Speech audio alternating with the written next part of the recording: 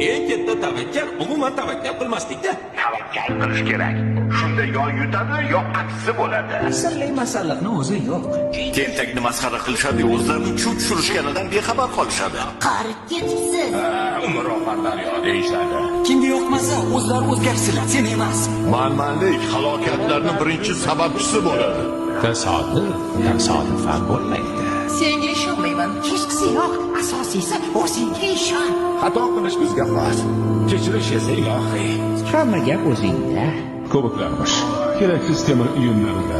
Hayot har doim sen o'ylagandek bo'lmaydi. O'tmish bilan yashamaslik kerak.